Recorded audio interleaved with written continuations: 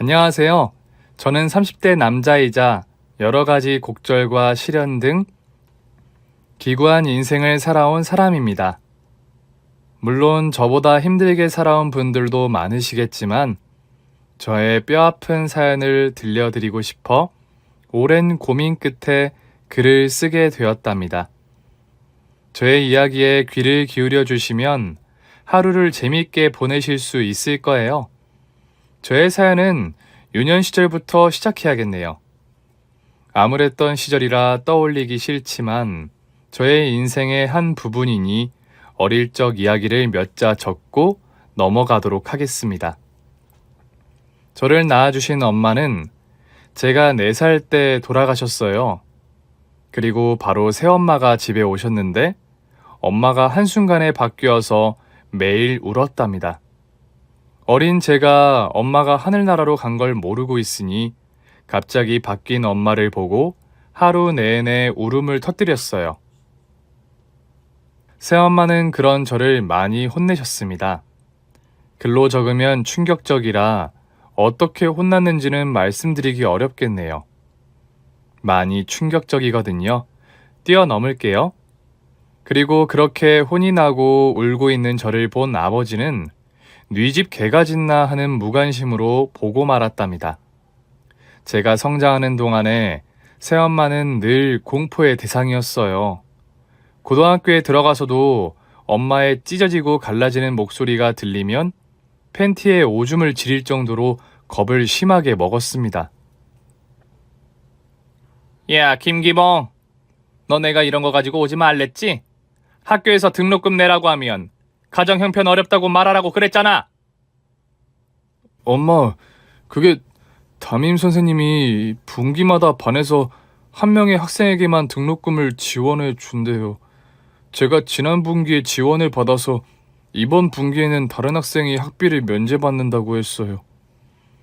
그럼 새끼야, 네가 직접 벌어서 내. 난 죽었다 깨어나도 너한테 줄 돈 따위는 없으니까. 네, 알겠어요. 다시 주유소 알바를 구했으니까 금방 돈을 벌 수 있을 거예요. 그런데 엄마가 먼저 등록금을 주시면 안 될까요? 다음 월급날에 갚아드릴게요. 그럼 빌려줄게. 대신 월급 받으면 봉투 그대로 가져와라. 단 한 푼도 쓰지 말고. 알아들었으면 집안 청소나 해. 신발장에 내 구두 꺼내서 깨끗하게 다 닦고. 저에겐 엄마가 귀신보다 무서운 존재여서 감히 대들거나 반항하지 못했습니다. 지금 와서 생각해보면 왜 그렇게 순하고 여렸는지 모르겠네요. 여하튼 저의 청소년기 역시 새엄마의 명령과 복종이 전부였답니다. 그래서 고등학교 내내 주유소와 패스트푸드점, 우유 배달 등 알바를 하며 등록금을 감내했고 나머지 돈은 모두 엄마한테 그렇게 20살이 되자 저는 새엄마로부터 도망가려고 군대에 바로 지원했습니다. 군대를 다녀오고 홀로 서기를 하면 두려운 상대를 피할 수 있으리라 판단했죠. 제가 군대 가는 걸 알리지 않고 도망치듯 갔기 때문에 부모님은 제가 어디로 입대한지 몰라서 2년 동안 만나지 않아도 되었습니다. 그렇게 5주의 훈련을 받고 자대 배치를 받게 되었는데 최전방 GP로 가게 되었습니다. 저는 안 된다고 싫다고 말하고 싶었지만 행동으로는 발산하지 못했어요. 저에게 공포의 대상이니 그런 말과 행동을 감히 하지 못했답니다. 실탄을 장전하고 근무를 서는 아주 위험한 곳이었죠. 북한 부대가 철망 너머로 바로 보이는 최전방이라 24시간 내내 긴장을 늦출 수 없었습니다. 근무가 힘들긴 했지만 훈련을 따로 하지 않고 내무 생활도 편했어요. 특히 무섭게 갈구고 괴롭히는 사람이 하나도 없었답니다. 처음 입대할 때 새엄마 같은 사람을 만나게 되면 어쩌나 했는데 모든 선임들이 착하고 좋은 사람들이라 새엄마와 살 때보다 100배는 행복한 군 생활을 보내게 되었어요. 1년의 세월이 흐르고 짝대기 3개인 상병을 달았고 초소 근무를 후임병과 나가게 되어 제 어깨가 무거워졌습니다. 그러던 어느 평일에 새벽 근무를 나가게 되었어요. 저희 GP는 근무 시간이 꽤 길기 때문에 새벽 3, 4시에 나가면 오전 내내 풀로 근무를 서야 했답니다. 어쨌든 1년 동안 아무 사건과 사고 없이 무탈하게 경계 근무를 섰는데 그날은 뭔가 느낌이 달랐습니다. 매일 걷는 길인데도 익숙하지 않은 기분이었답니다. 저와 후임병 1명과 당직 부사관 1명이 같이 경계 근무를 나갔습니다. 저희는 평소대로 철망 부근을 걸으며 뜯겨진 부분이 없는지 확인 작업을 하고 있었는데 당직 부사관이 뭔가를 밟은 소리가 들렸어요. 철컹하는 쇳소리가 정확하게 제 귀에 닿았답니다. 순간 지뢰를 밟았다는 걸 확신하게 되어 당직 부사관에게 소리치며 달려갔습니다. 통신대장님, 움직이지 마세요. 지뢰를 밟으셨어요. 뭐라고? 안 들려. 크게 말해봐. 저는 몸을 날려서 통신대장님의 지뢰에서 발을 떼지 않게 하려고 팔을 뻗어 그의 발을 잡으려고 했습니다. 하지만 통신대장님의 발을 이미 지뢰에서 떨어졌고 큰 폭파음이 귀가 찢어지도록 크게 울렸답니다. 정신을 잃었던 저는 수십 초 만에 눈을 뜨게 되었는데 통신대장님의 다리 하나가 지뢰로 인해 떨어져 나갔더군요. 그리고 통신대장의 발을 못 움직이게 잡으려고 했던 저의 왼팔도 제 몸에 더는 붙어있지 않았답니다. 통신대장님, 정신 차리세요. 내 다리가 날아갔어. 지금 통신대장님은 쇼크 상태입니다. 진정하시고 무전하세요. 북한군이 몰래 지뢰를 설치했다고 무전하라고요. 내 다리 아직 장가도 못 갔는데 다리 변신이 되다니. 통신대장은 정신을 못 차리고 자기 다리만 찾고 있었습니다. 그리고 제 후임병은 제 뒤에 있었는데 저와 통신대장의 팔다리가 떨어져 나간 걸 보고 실신한 상태였어요. 그래서 이 사고를 본부에 알리기 위해 바닥을 기어 초소 무전기 앞으로 가서 송수화기를 누르고 전했습니다. 여기는 독수리. 본부 응답하라 오바. 여기는 본부. 보고할 내용 있으면 전하라 오바. 북한군이 초소 앞 철망 근처에 지뢰를 씹었습니다. 통신대장의 다리가 절단되었고 보고자인 저 김기봉 상병은 왼팔이 잘려나갔습니다 오바. 뭐? 지뢰를 밟았다고? 기봉아, 조금만 참고 기다려라.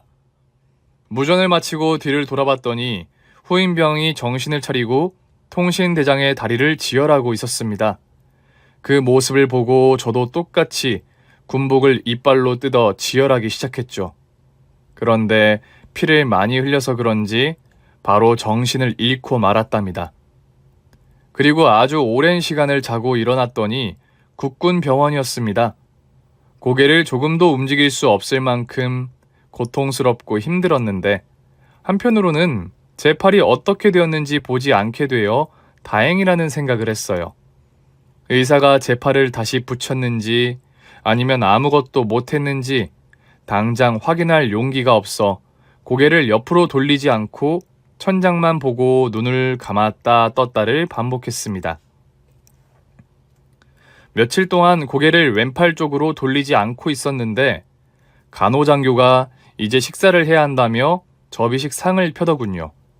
그리고 도움을 받아 몸을 일으켰는데 저의 왼팔은 예상대로 보이지 않았답니다. 나중에 군의관에게 듣기를 저의 왼팔은 산산조각이 나서 수술 자체가 불가능했다고 하더라고요. 저는 충격이 있긴 했지만 목숨을 구한 것만으로도 행운이라는 긍정적인 생각을 했답니다. 몇 달간 입원 치료를 받다가 곧 부대에 복귀했더니 철망 지뢰 사건 이후 부대에 지뢰 제거팀이 파견 나와 매일 샅샅이 검사하고 있더군요. 이젠 이런 사건이 절대 일어나지 않길 바랐네요. 여하튼 저는 한 팔을 잃었기 때문에 의가사 제대 명령을 받게 되었습니다. 부대원들과 인사를 나누고 사회로 돌아가게 되었습니다. 막막하고 두려웠지만 어떻게든 살아남아 보기로 결심했죠. 그렇게 의가사 전역을 하고 먼저 부모님 집으로 향했습니다. 같이 살 건 아니었지만 부모님께 제 소식을 전해야 할 것 같아 잠시 들르기로 했죠. 그렇게 무서웠던 새엄마와 무관심한 아버지를 만나면 무슨 말을 해야 할지 고민을 하며 초인종을 눌렀는데 현관문을 열고 나온 건 처음 보는 노인이었습니다. 저는 그분이 새엄마의 어머니인 줄 알고 인사를 올렸습니다. 안녕하세요. 저 기봉이인데요. 아버지랑 엄마 안에 계신가요? 총각은 누구야? 여긴 나 혼자 사는 집인데. 네? 혹시 김수철 씨랑 이옥자 씨가 사는 집 아닌가요? 전 주인을 말하는 것 같네. 이보게 총각, 나는 작년에 이사 와서 혼자 사는 노인네야. 총각이 말한 사람은 아무래도 전 주인인 것 같네. 아이고, 군대를 다녀왔는데 부모가 이사를 간 모양이야. 그런데 팔은 어쩌다 그렇게 됐수? 아, 새로 이사 온 분이었군요. 실례했습니다. 할머니, 그럼 안녕히 계세요. 부모님이 이사를 했다고 하시니 등본을 떼어보면 새로운 주소가 나올 거였습니다. 하지만 저는 그렇게까지 해서 부모님을 찾고 싶지는 않았어요. 그냥 이대로 각자의 삶을 사는 게 낫겠다고 판단했죠. 그래서 그때부터 홀로 서기를 하려고 군대에서 모은 돈을 가지고 옷 한 벌을 샀습니다. 팔이 하나 없어서 사복을 입은 제 모습이 무척이나 어색했지만 부끄러운 생각은 들지 않았습니다. 다른 사람들도 제 팔을 보면 무슨 사정이 있을 거라 여기며 나쁜 시선으로 보지 않을 것 같았어요. 하지만 처음 일자리를 구하려고 찾아간 인력사무소에서 저를 보자마자 나가라는 손짓을 하더군요. 아씨, 재수없게 팔 병신이 찾아오고 지랄이야? 야, 너 같은 놈이 일할 곳은 없으니까 나가! 그 몸으로 뭘 하겠다고 여길 찾아온 거냐? 소장님, 저 아무 일이나 다 할 수 있습니다. 무슨 일이든 시켜만 주세요. 제 팔은 군대에서 지뢰사고로 잃게 되었습니다. 제 목숨이 질긴 걸 아시겠죠? 전 무슨 일이든 맡기만 하면 끝까지 책임을 지고 최선을 다할 겁니다. 지뢰건 지뢰 할아버지건 너 같은 병신은 필요 없다고. 괜히 너 같은 놈 일 보내면 나만 욕먹는다고. 당장 꺼져. 단순히 일을 줄 수 있는 게 아니라 병신이라고 쌍욕을 하고 소금까지 뿌리니 더는 머물 수 없어 밖으로 나와버렸습니다. 그리고 몇 군데 더 인력사무소를 찾아갔는데 역시나 부정적인 시선으로 저를 거부하더라고요. 저를 받아주는 단 한 사람이 나타나길 바랐지만 며칠 동안 일자리를 얻으려고 돌아도 받아주는 이가 하나도 없었습니다. 아직 20대 초반인데 벌써부터 이러니 제 앞날이 암담하게 느껴졌네요. 그래도 먹고 살 돈이 당장 없어서 계속해서 일자리를 얻으려고 시도해봤습니다. 인터넷에 올라온 알바 공고를 보고 일일이 전화하고 면접을 갔죠. 하지만 저의 팔을 본 사람들은 하나같이 거부했어요. 어찌 보면 그게 당연한 일일 수도 있어요. 저를 면접 본 사장님들은 사업체에 손해를 끼치는 사람을 채용하는 게 당치 않은 일이었으니까요. 게다가 저는 팔이 하나 없는 것뿐만 아니라 고졸 학력밖에 되지 않으니 부족한 게 이만저만이 아니었네요. 그래서 제가 차별당한다고 생각하지 않았고 어디든 받아주는 곳이 있으면 당장이라도 감사하게 일할 마음이었답니다. 그렇게 매일 인력사무소와 인터넷에 올라온 일자리를 찾아다녔는데 한 군데에서 저를 받아주겠다고 하더라고요. 역시나 사람의 살 길은 어디에나 있는 것 같았네요. 신축 아파트와 빌라가 많이 늘어나면서 입주 청소할 사람이 급하게 필요하다며 저에게 그 일을 할 수 있겠냐고 묻더라고요. 당연히 저는 시켜주는 일이 무엇이든 기대 이상으로 하겠다고 강한 열정을 보여드렸습니다. 그래서 입주 청소 일을 하면서 돈을 벌게 되었어요. 인력 소장님은 저의 성실함을 인정해 주시고 입주 청소 말고도 다른 일을 추천해 주셨습니다.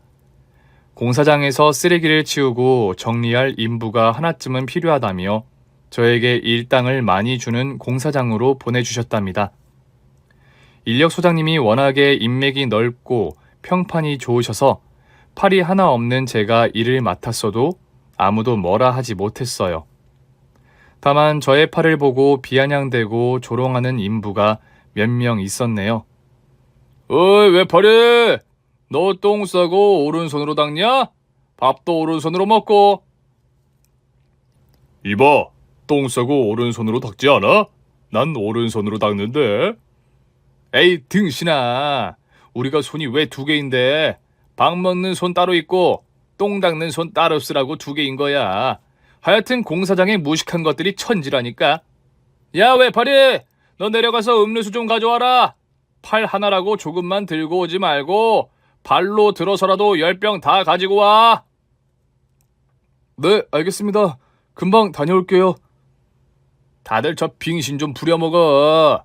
저 자식은 쓰레기 청소만 하고 우리랑 똑같은 일당을 받아가니까. 그것이 참말이오? 이거 너무하네. 하는 일도 없는 놈에게 우리랑 같은 일당을 주는 게 말이 돼? 안 되겠다. 이따가 저 자식 오면 다리 걸어서 잡아뜨리자. 한 손으로 넘어지면 크게 다칠 거 아니야. 여기 못 나오게 하자고. 이 등신아, 좀 안 들리게 말해라. 저 외파리가 다 듣고 있잖아. 하여튼 저 병신이 벌어가는 돈이 아깝지 않도록 존나게 갈구고 부려먹자고. 저는 이런 일이 자주 있었기 때문에 한 귀로 흘려버렸습니다. 가슴에 담아두고 상처받지 않았답니다. 그러던 어느 날 작은 사고와 함께 희망이 찾아왔습니다. 공사장에 밥을 배달해주는 이모님이 머리에 국밥 몇 그릇을 머리에 얹고 걸어오셨는데 저는 늘 그래왔듯이 한달음에 달려가 이모님의 머리에 얹은 쟁반을 제 머리에 건네받았답니다. 우리 총각이 또 나왔네. 매번 고마워. 아닙니다, 이모님.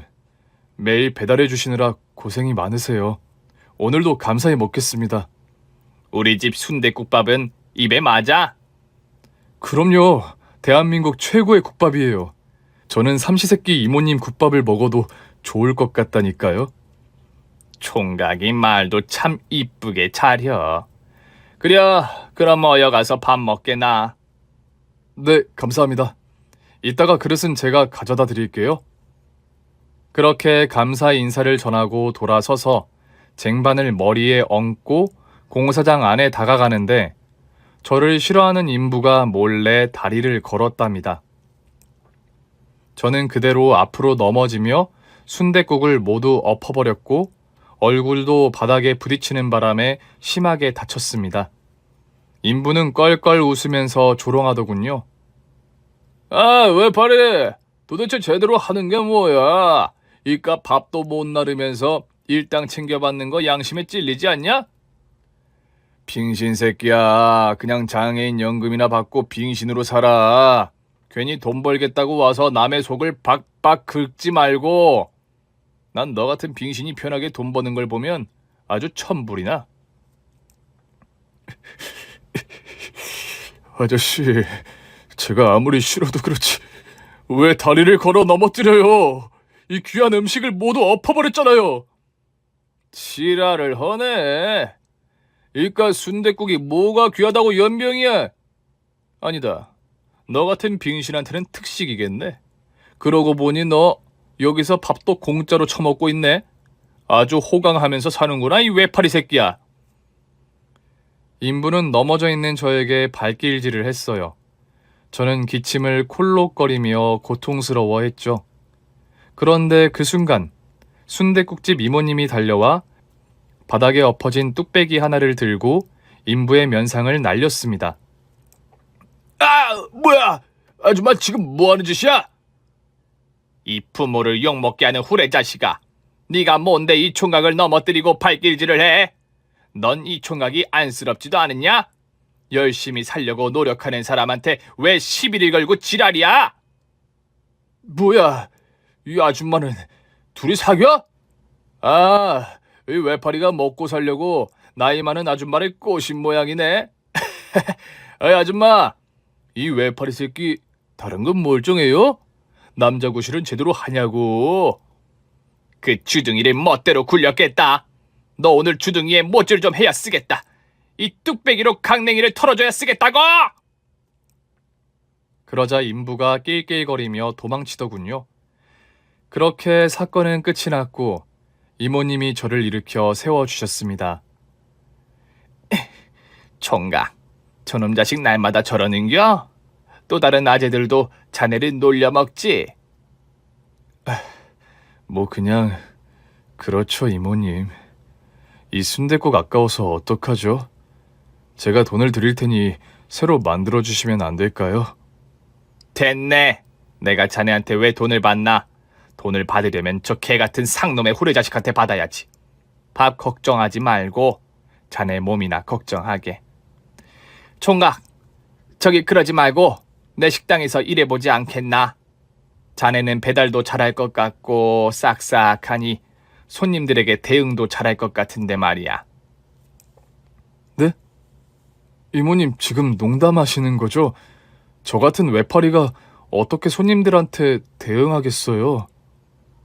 괜히 저 때문에 손님 떨어지면 어쩌려고 그런 말씀을 하십니까? 이모님, 괜한 말씀 마시고 국밥이나 새로 만들어 주세요. 총각, 내가 지금 농담하는 거로 보이나? 안 되겠어. 당장 지금 공사장 관두고 나와. 내가 자네를 데려가야겠네. 순댓국집 이모님은 진심으로 저를 직원으로 고용하겠다고 하셨습니다. 이에 저는 진심 어린 이모님의 눈을 보고 직감했습니다. 저에게 은인이 되어줄 사람이 생겼다는 걸 말이죠. 그래서 인력 소장님을 찾아가 새로운 일자리가 생겼다고 말씀드리고 그동안 일을 주셔서 고맙다고 인사를 드리고 이모님 가게에 찾아갔습니다.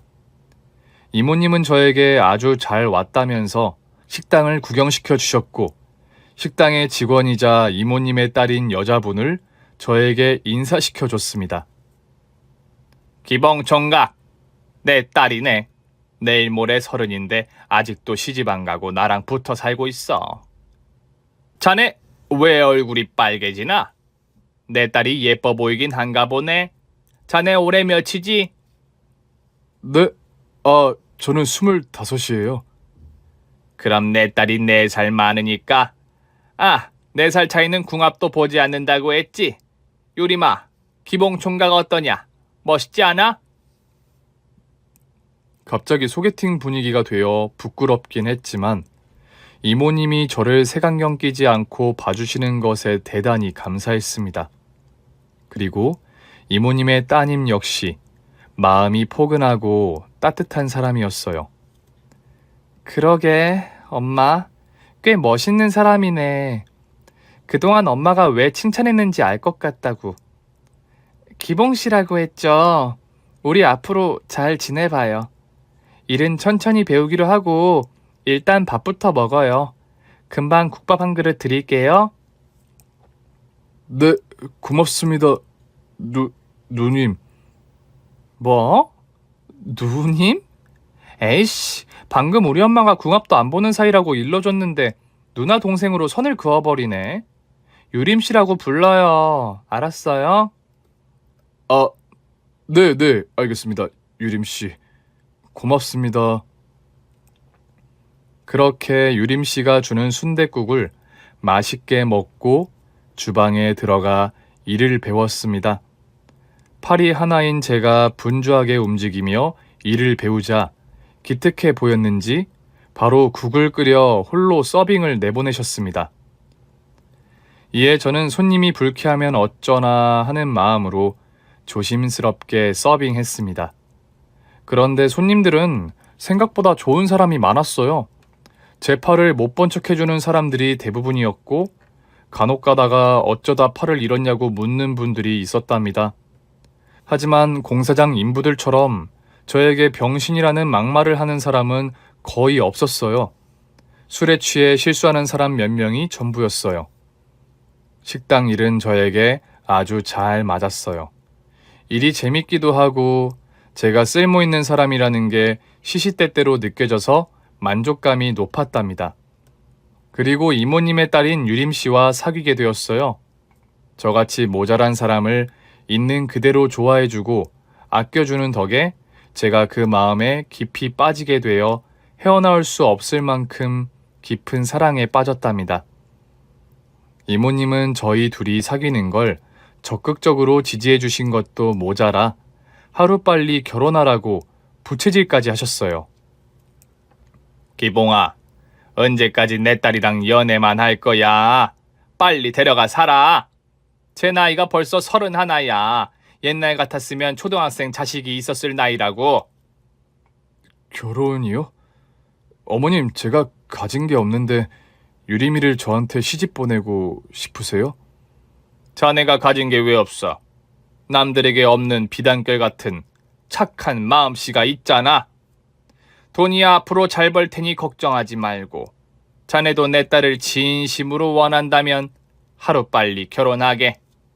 물론 저도 여자친구와 결혼이 하고 싶긴 했지만 가진 게 정말 아무것도 없어 청혼하지 못했답니다.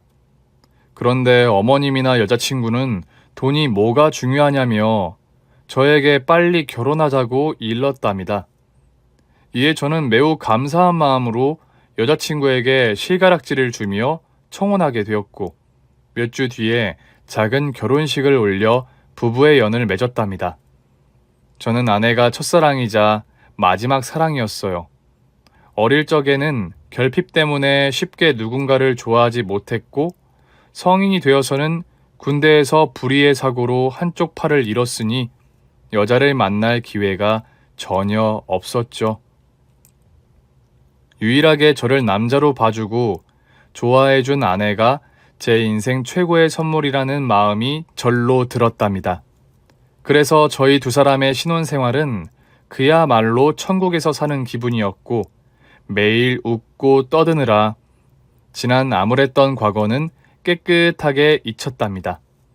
그리고 여전히 순댓국집에서 장모님과 저희 부부는 함께 일했어요. 다른 곳에 떠날 생각은 추호도 없어 그 자리에서 최선을 다했죠. 그러다 곧 장모님의 허리 디스크가 터지는 바람에 식당 일을 그만두고 저희 부부에게 넘기셨답니다. 장모님은 수술 후 거동이 원만하긴 했지만 이젠 그만 일하고 싶다면서 저와 아내에게 책임지고 운영하라고 하셨어요. 그래서 국밥집을 계속 운영하는데 제가 주제넘게 순댓국의 맛을 조금 바꿔봤어요.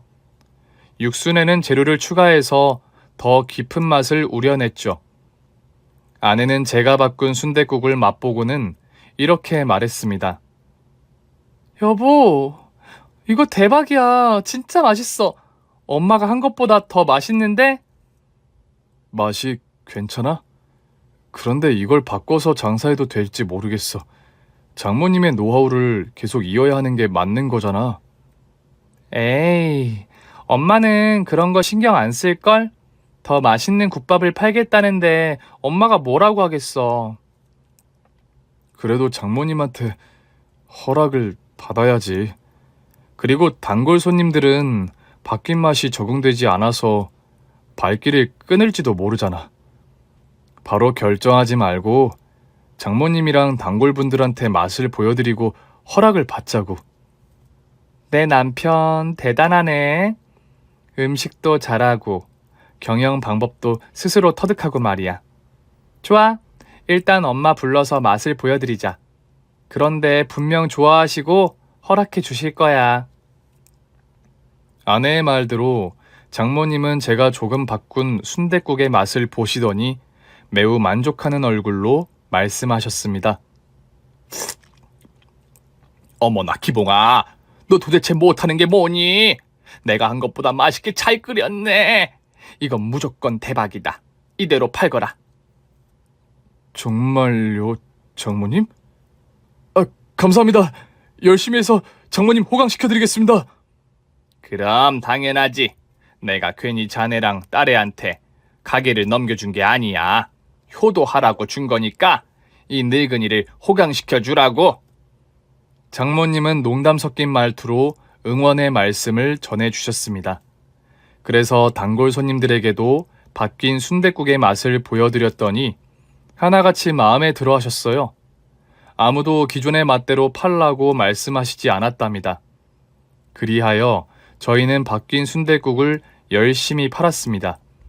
1년 사이에 단골 손님은 몇 배나 늘어났고 멀리서도 찾아주셔서 매출이 어마어마하게 껑충 뛰었답니다. 덕분에 아내와 저는 많은 손님들을 받으려고 늦은 밤까지 일했고 어디 놀러 가지도 못했어요.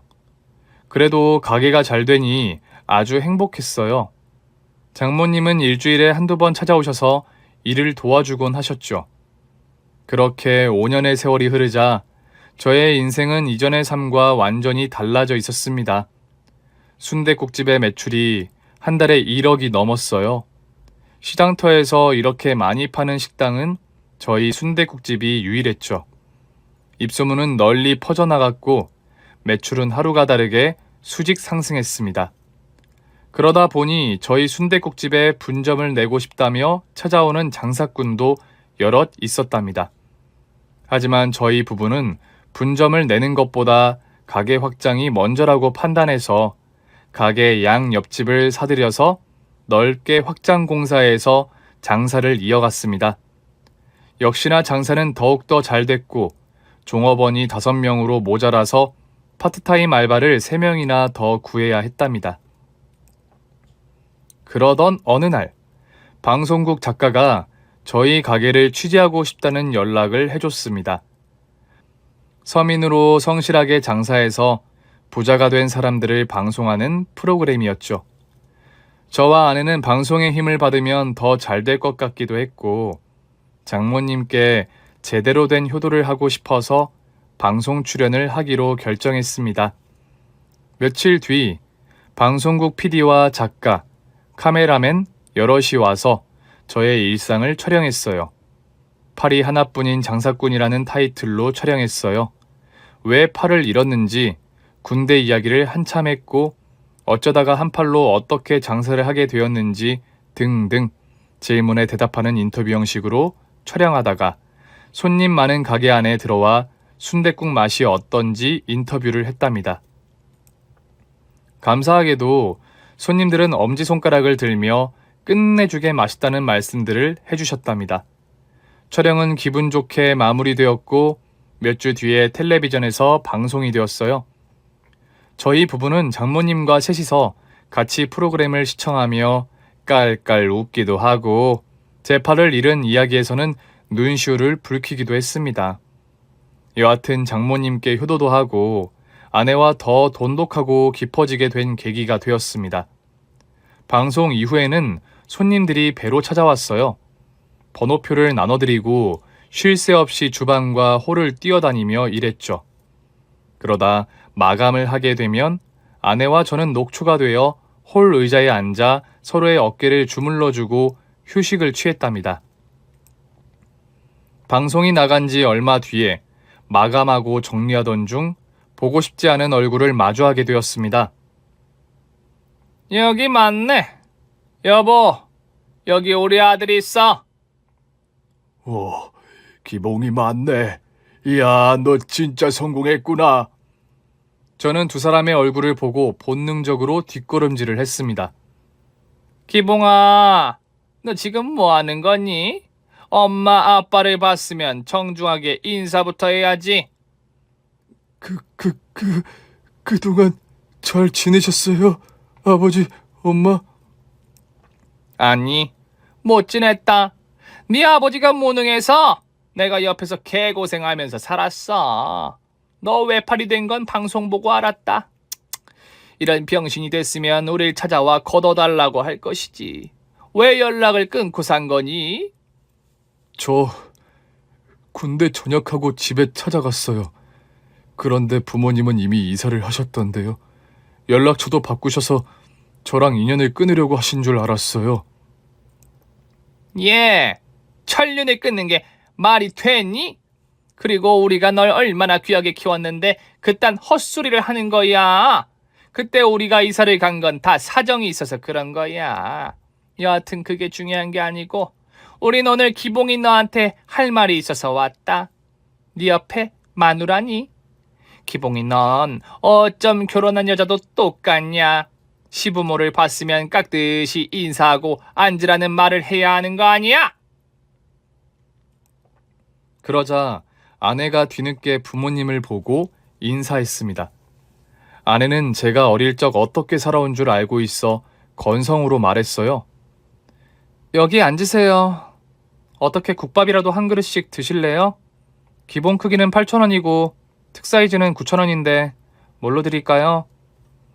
어머나 얘 좀 봐라. 지금 우리한테 장사를 하려고 하네. 이거 아주 웃기는 년이네. 야, 넌 그냥 조용히 구석에 찌그러져 있어라. 기봉이랑 긴이 할 말이 있으니까. 싫은데요? 제 남편의 일이니 저도 같이 드릴 거예요. 오, 그러셔. 그럼 좋을 대로 해라. 어차피 나중에 다 들을 테니. 앉아서 첫 듣든지 말든지 알아서 하라고. 야, 기봉아. 넌 이렇게 성공했으면 우릴 찾아와서 효도해야 하는 거 아니니? 내가 널 15년은 키워줬는데 어쩜 그렇게 입을 싹 닫고 혼자만 잘 사는 거야? 엄마, 그게 이 식당은 제 것이 아니라 장모님 거예요. 저는 그냥 일하는 종업원이라고요. 어쨌든 간에 네가 개발한 레시피로 대박 난 거 아니야?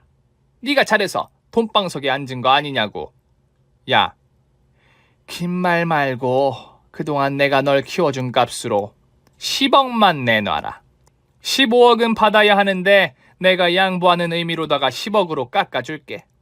키움값 10억은 줘야 나도 억울하지 않을 것 같구나. 저는 말도 안 되는 새엄마의 말에 손사래를 치며 대답했습니다. 엄마, 저한테 그렇게 큰 돈은 없어요. 기봉 씨 말은 바로 해야지. 이봐요, 어머님. 우리 돈 많이 벌었어요. 그런데 당신 같은 사람한테는 한 푼도 못 줍니다. 내 남편의 유년기를 불행하게 보내게 했고 중고등학교 시절에는 알바시켜서 돈까지 갈취했다면서요? 그렇게 매질을 해대서 이 사람이 어머님을 보니까 겁을 먹고 있잖아요. 제가 제대로 된 대답을 못하자 아내가 똑부러지게 일러주었습니다. 그러자 새엄마는 의자를 밀고 일어서서 아내의 뺨을 갈기려고 했답니다. 그 순간 재빨리 제가 손을 뻗어서 새엄마의 손을 잡았어요. 어쭈, 김기봉이 많이 컸네. 이 엄마가 그새 만만해진 거냐? 이거 안 놔? 엄마, 그만하세요. 그리고 절 심하게 때리고 못 살게 군 거 그대로 기억하고 있어요. 아버지는 가만히 구경만 했고요. 그런 사람들한테 저와 아내가 번 돈을 왜 주겠어요? 우린 아무것도 드릴 게 없으니까 돌아가세요. 뭐가 어째? 야, 네 놈이 어릴 때 맞은 건 버르장머리 없는 짓을 해서 맞았겠지. 내가 이유도 없이 널 혼내고 때렸겠냐? 그 정도면은 누구나 맞으면서 크는 거야. 이 은혜도 모르는 검은머리 짐승놈아. 당장 키워준 값 10억 내놔. 그 돈 안 주면 여기서 한 발짝도 나가지 않을 거다. 네 놈이 여기서 장사 못하게 천년만년 버티고 있을 거라고. 새엄마는 난리를 치며 10억을 달라는 억지를 부리셨습니다. 신들린 듯한 몸부림을 치며 악을 쓰면서 말이죠. 저와 아내는 경악하고 뒤로 물러섰어요. 그런데 그 순간 식당 문이 열리며 돼지머리가 공중으로 날아들어왔습니다. 돼지머리는 정확히 새엄마의 얼굴을 맞췄습니다. 이 징그러운 거 뭐야? 누가 감히 이욕자한테 이런 흉물스러운 걸 던진 거야? 나와봐! 그러자 장모님이 가게 문턱을 넘어오셨습니다. 네 년과 네 놈이냐? 내 사위를 못살게 굴던 개자식들이. 이 언니이자 누나가 너희들 교육을 좀 시켜줘야겠구나. 뭐가 어째? 이게 어디서 돼지 머리를 날려 너 혼나고 싶어? 이 언니가 그동안 니들을 기다렸다. 언젠가 찾아올 거라고 예상하고 있었지. 그리고 지금처럼 돈 뜯으러 올 줄 알았다. 난 너희들을 오늘 능지처참해줄 거야. 바닥에 납작 엎드려 밥을 핥아먹게 만들어주마, 이 사악한 개자식들아! 장모님은 돼지 머리를 잡아 들더니 새엄마와 아버지를 향해 휘둘렀습니다. 방긋 웃고 있는 돼지 머리는 부모님의 면상을 사정없이 박아댔답니다. 돼지 얼굴이 일그러지도록 엄청나게 두들겨 패줬죠. 한참을 두들겨 맞은 부모님은 바닥에 널브러져 숨을 쌕쌕 내쉬며 그만하라고 손짓했답니다. 이봐요, 사돈! 그만하세요. 우린 그저 돈만 받고 나갈 겁니다. 내가 아들놈을 15년이나 키웠는데 그 값은 받아야 하는 게 마땅하지 않겠어요? 아직 덜 맞았구나. 15년 동안 괴롭게 삶을 산 내 사위에게 싹싹 빌어도 모자랄 판에 돈을 달라고. 그래서 얼마나 받아가려고? 10억이요. 그 정도는 받아야죠. 그래야 나도 억울하지 않을 거 아닙니까? 아, 10억? 그럼 내가 10억 원어치 때려줄게. 돼지 머리가 으깨져서 죽이 될 때까지 맞아봐라! 진짜 미친년이네. 그만 때려, 이 돼지년아! 너와 네 남편은 오늘 이 김순덕이한테 돼지리라! 장모님은 정말 살벌하게 돼지 머리를 휘둘러서 부모님의 면상과 사지를 쉴 새 없이 내려쳤습니다. 그리고 아내가 주방에서 돼지 머리를 하나 더 가져오더니 장모님과 똑같이 처참하게 돼지 머리 몽둥이질을 시작했습니다. 엄청나게 맞은 새엄마와 아버지는 머리를 감싸고 무릎을 꿇고 앉았습니다. 사돈! 그만하세요. 알겠어요. 10억은 없던 거로 하겠습니다. 대신 5억만 받아갈게요. 모두를 위해서 이만하면 그럴싸한 제안 아닌가요? 와! 그만 때리세요. 알겠어요. 1억! 더 이상은 흥장 안 됩니다. 1억만 받고 나갈게요. 1억? 그럼 1억 원어치 때려줄게. 아직 100만 원어치밖에 때리지 못했으니까 9,900만 원어치 더 맞아라! 야! 진짜 무식하게 뭐하는 짓이야? 여보, 우리 나가자. 튀자고! 돈이고 뭐고 맞아 죽게 생겼단 말이야. 나도 나가고 싶은데 두 여자가 우릴 계속 베고 있잖아. 여보, 아무래도 빌어야겠어. 싹싹 빌고 나가자. 씨파, 여기서 뭘 더 빌라는 거야? 알았어. 저기 사돈, 며느라, 그만 멈춰봐요. 우리 아들 기봉이한테 사과할게요. 그러면 우릴 내보내줄 거예요? 1억 원어치 맞고 나가지. 왜 벌써 포기하고 그래? 언니가 돈 줄게. 몸으로 떼고 1억 받아가. 아니에요. 돈이고 뭐고 사지 멀쩡하게 나가는 게 훨씬 낫겠어요. 그래? 그럼 내 사위한테 빌어봐라. 만약 내 사위가 용서해주지 않으면 1억 원어치 맞고 돈도 못 받고 나가는 거야. It's okay? 장모님과 아내는 잠시 돼지 머리 찜질을 멈추었습니다. 그리고 아버지와 새엄마가 저에게 사과를 시작했답니다. 기봉아, 이 엄마가 널 때리고 잡은 건 단순한 훈육이었어. 그리고 네가 알바해서 받은 돈을 빼앗은 건 네가 허튼 데 돈을 쓸까봐 저축을 한 거야. 맞아, 네가 준 돈은 통장에 고스란히 있다고.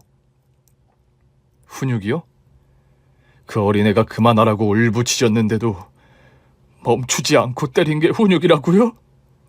당신은 내가 죽는 그날까지, 아니, 죽어서도 용서하지 않을 겁니다. 아버지 당신도 마찬가지고요. 당신들이 아니었으면 내가 군대로 도망가지 않았을 거고 이렇게 팔을 잃지도 않았을 거라고, 이 개 같은 것들아. 니들은 오늘 내 진짜 부모인 장모님한테 돼지게 쳐맞고 기어나갈 거야. 이 후레 자식 좀 보소. 사진 멀쩡하게 키워줬더니 엄한 데서 외파리가 되어 돌아와서 우릴 탓하네? 야, 팔병신, 넌 그냥 빙신이 될 팔자였던 거야. 어디서 싸가지 없이 부모 탓을 해? 내가 너한테 사과한 거 취소다. 이 후레 자식아. 2판 4판이야. 여보, 이것들 다 조져버리자. 그래, 나도 더는 못 참아. 이것들 다 조져버리고 계획한 대로 10억 뜯어내고 나가자고.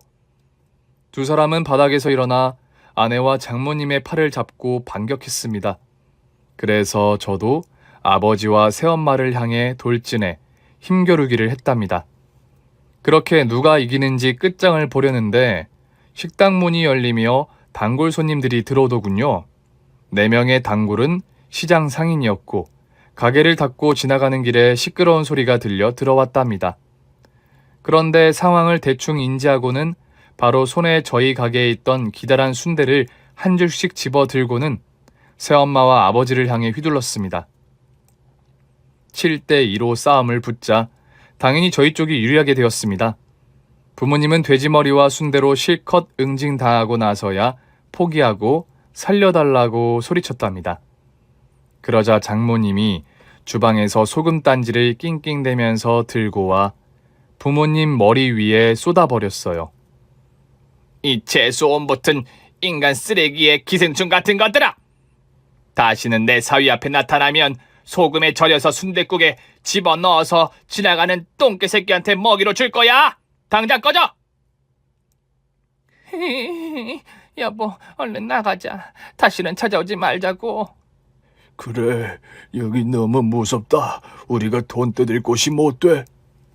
두 사람은 꽁진하게 도망갔는데 팔다리를 다쳐서 바닥을 영차 하며 기어서 나갔습니다.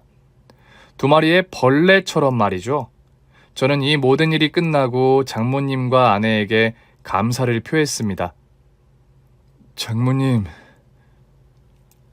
감사해요. 장모님이 아니었으면 저는 아무 말도 못하고 맞기만 했을 거예요. 아직도 새엄마가 무섭거든요. 여보, 당신한테도 고마워. 기봉아, 너한테는 이제 새엄마라는 존재는 없어. 아버지라는 것도 마찬가지고. 너에게 부모는 나 하나야. 알겠니? 네, 장모. 아니, 어머니, 감사합니다. 저는 아내와 어머니를 꽉 끌어안고 눈물을 한바탕 실컷 흘렸답니다. 그렇게 저를 고통 속에 살게 했던 부모님은 다시는 찾아오지 않았어요. 들리는 소문으로는 남의 돈을 빌리고 갚지 않아서 감옥에 갔다고 하더라고요. 저는 굳이 사실 확인하지 않았습니다. 두 사람이 어떤 인생을 살든지 저와는 아무런 사이가 아니었으니까요. 그렇게 어린 시절의 악몽을 끝내고 아내와 장사를 열심히 하며 일상을 보냈답니다. 그러던 어느 날 노숙자 하나가 가게에 들어오더군요. 저는 그 노숙자가 누군지 단번에 알아봤어요. 공사장에서 청소와 심부름을 할 때 저에게 팔 병신이라고 욕하고 다리를 걸어 넘어뜨리던 인부였죠. 기봉아, 너 출세했다. 아저씨는 꼴이 말이 아니네요. 왜 이렇게 된 거예요? 다리는 왜 저러요? 공사장에서 일하다가 고층에서 떨어졌다. 그래서 다리 빙신이 됐지. 보험금으로 나온 돈은 죄다 도박으로 까먹고 집도 절도 없이 길바닥의 인생을 살고 있다. 그러셨어요? 배고파서 들어온 거죠? 순댓국 한 그릇 드릴까요? 돈은 받지 않을게요. 기봉아, 예전에는 미안했다. 내가 너를 그렇게 괴롭혀서 이런 꼴이 된 것 같아. 됐어요. 저는 그냥 불쌍한 노숙자한테 국밥을 주는 거지. 당신을 용서하거나 이해해주는 건 아닙니다. 밥 먹고 조용히 나가세요. 그리고 배가 고프면 언제든 찾아오세요. 그러자 인부는 엉엉 울면서 저에게 잘못했다고 사과하더군요. 자신이 과거에 왜 그렇게 모질게 굴었는지 자기도 모르겠다며 용서를 구걸했습니다. 하지만 저는 사과 따위는 받아주지 않았어요. 제가 장사하고 성공하면서 느낀 게 있는데 뭔지 아세요? 아저씨 같은 부류는 평생 약자한테만 이겨먹고 가지고 놀려고 한다는 거예요. 제가 지금 아저씨보다 강해졌으니까 빌빌 기는 거죠. 만약 내가 여전히 공사장에서 심부름하고 있었으면 이렇게 무릎을 꿇겠냐고요. 그러니까 사과는 집어치우고 밥이나 처먹고 꺼져, 이 개자식아. 그리고 반말하지 마. 나 이 가게 사장이야. 네, 알겠습니다, 사장님. 밥만 먹고 조용히 나갈게요. 앞으로 자주 좀 얻어먹게 해주세요. 그래. 많이 먹고 가라, 이도수자 놈아. 저는 그를 무시하며 과거에 받았던 걸 그대로 되갚아줬습니다. 이후에도 계속 밥을 얻어먹으러 올 때마다 자존심을 세게 밟아주었네요. 여기까지가 제가 얼마 전까지 있었던 일이네요. 참, 좋은 소식도 있어야 진정한 사연의 끝이 아니겠습니까? 제 아내가 쌍둥이를 임신해서 올해 가을에 출산할 예정입니다. 그리고 저의 어머니가 된 장모님과 한 집에서 살기 시작했습니다. 조금 있으면 3대가 한 집에서 행복하게 살 것 같네요. 그럼 행복한 삶을 살 수 있도록 여러분의 따뜻한 댓글을 달아주시길 바랍니다. 모두 감사합니다. 그리고 사랑합니다. 오늘 준비한 사연은 여기까지입니다. 재미있게 들으셨다면 구독과 좋아요, 알림 설정까지 눌러주세요. 그럼 저는 다음 사연으로 찾아뵐게요. 오늘도 건강하고 행복하세요.